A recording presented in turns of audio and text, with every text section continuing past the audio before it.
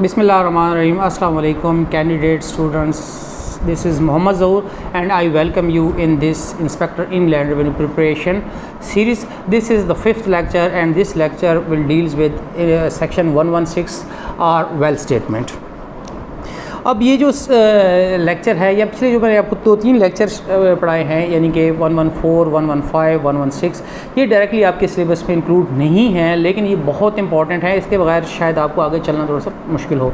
और दूसरी बात यह है कि मुझे याद है कि पिछली दफ़ा जब 2017 में पेपर हुए थे यानी 2016 के एडवर्टीज़मेंट के, तो उसमें ये क्वेश्चन इंक्लूड थे, इन सेक्शन से काफ़ी सारे क्वेश्चन आए हुए थे। तो चलें हम सेक्शन 116 को स्टार्ट करते हैं।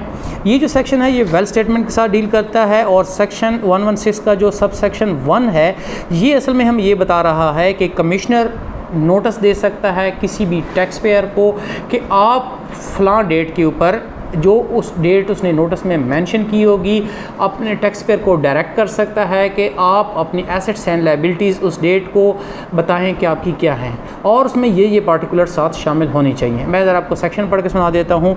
The commissioner may by notice in writing require a person being an individual, सिर्फ इंडिविजुअल को, to furnish on the date specified in the notice a statement hereinafter referred to as the well statement in prescribed form and verified in the prescribed manner, giving the particulars of the person's total assets and liabilities as on the date or dates specified in the notice, उस शख्स के जो assets and liabilities हैं, the total assets and liabilities of the person spouse, minor children and the other dependent as on the date specified in the notice.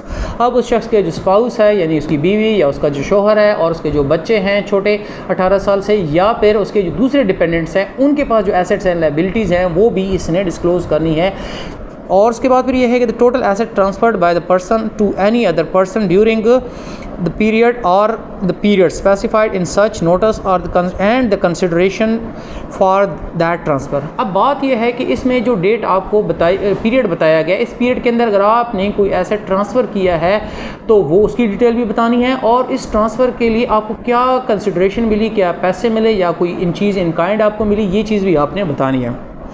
उसके बाद फिर ये था सब सेक्शन डी था, सी था। सब सेक्शन डी जो है वो कहते हैं total expenditure incurred by the person और the person's spouse, minor children और other dependent during the period और the period specified in the notice and the detail of such expenditure and. अब बात यह है कि आपको नोटिस मिला, उस नोटिस में उसने डेट बताई है, इस पीरियड बताया, इस पीरियड में आपने कितने एक्सपेंसेस किए हैं, आपने आपके माइनर बच्चों ने और आपकी वाइफ ने या आपके हस्बैंड ने या आपके डिपेंडेंट्स जो हैं उनके कितने एक्सपेंसेस हुए, एजुकेशन पे, हाउस होल्ड एक्सपेंसेस थे, ट्रैवलिंग पे एक्सपेंसेस थे और इसके अलावा किसी किस्म के जो एक्सपेंसेस थे वो आपने इसमें से बताने हैं।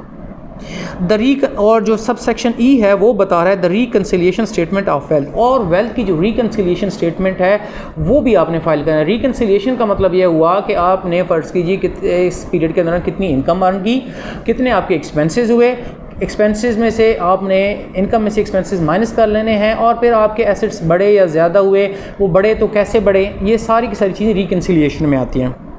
उसके बाद फिर यह है कि ये तो सब सेक्शन 1 था जिसमें आपको नोटिस दिया जाता है कि आप अपनी वेल स्टेटमेंट फ़ाइल करें। अब वेल स्टेटमेंट कोई मर्ज़ी वाली चीज़ नहीं है कि इस कमीशन आपको नोटिस देगा तो आप फाइल करेंगे, ये एक मैंडेटरी है, पार्ट है ये। अब आप जब भी रिटर्न फाइल करेंगे तो आपने खुद ही अपनी रिटर्न फाइल करनी है। अब इसके लिए सब सेक्शन 2 देखें 116 का। Every resident taxpayer being an individual filing a return of income for the tax year shall furnish a wealth statement and wealth reconciliation statement for the period ending for that year with such return। अब जब भी कोई शख्स होगा वो individual अगर है तो वो अपनी रिटर्न फाइल करेगा तो रिटर्न के साथ साथ उसने वेल्थ स्टेटमेंट और वेल्थ रिकन्सिलिएशन स्टेटमेंट भी फाइल करनी है। बल्कि अब तो जो रिसेंट ईयर्स हैं 2019 के बाद ये जो रिटर्न का एक मैंडेटरी पार्ट बन चुकी है, यानी कि एक कम्प्लीमेंट्री पार्ट बन चुकी है, तो मतलब इसके बगैर आप रिटर्न सबमिट ही नहीं कर सकते।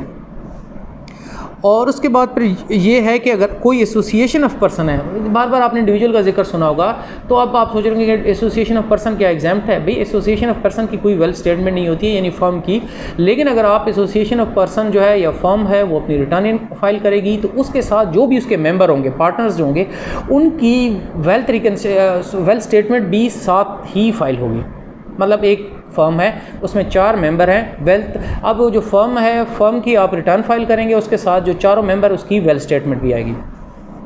और उसके बाद फिर ये है कि ये सेक्शन 3 है, ये कहे कि वेयर पर्सन हु हैज़, जिस तरह आपने रिटर्न में देखा था कि रिटर्न में गलती हो जाती है तो आप क्या करते हैं, रिटर्न रिवाइज करते हैं। इसी तरीके से अगर आपसे वेल्थ स्टेटमेंट में गलती हो जाती है तो फिर क्या करेंगे।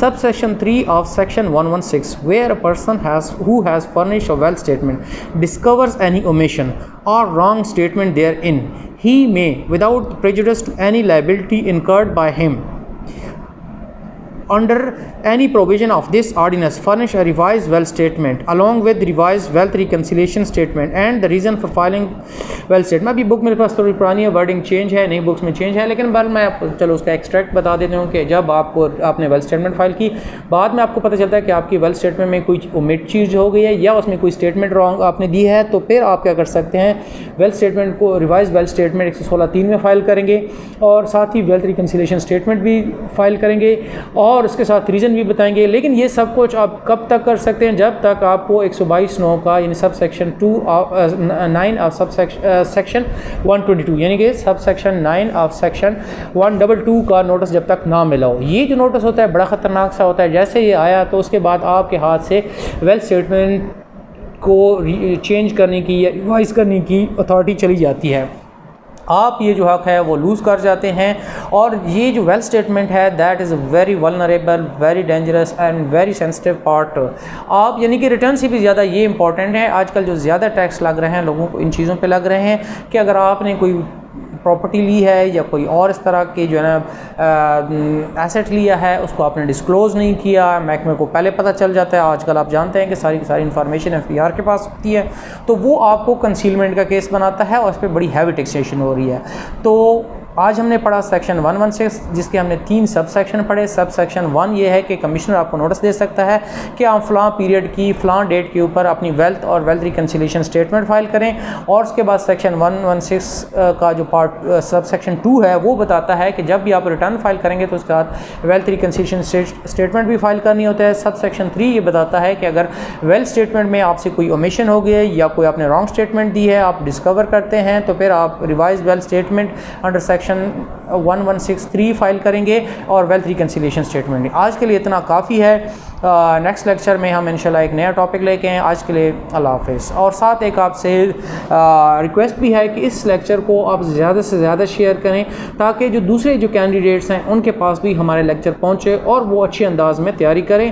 और फिर जो है ना आगे पर आपकी लाख है, आप मेहनत करेंगे तो अल्लाह ताला आपको कामयाब करेगा। अल्लाह हाफ़िज़।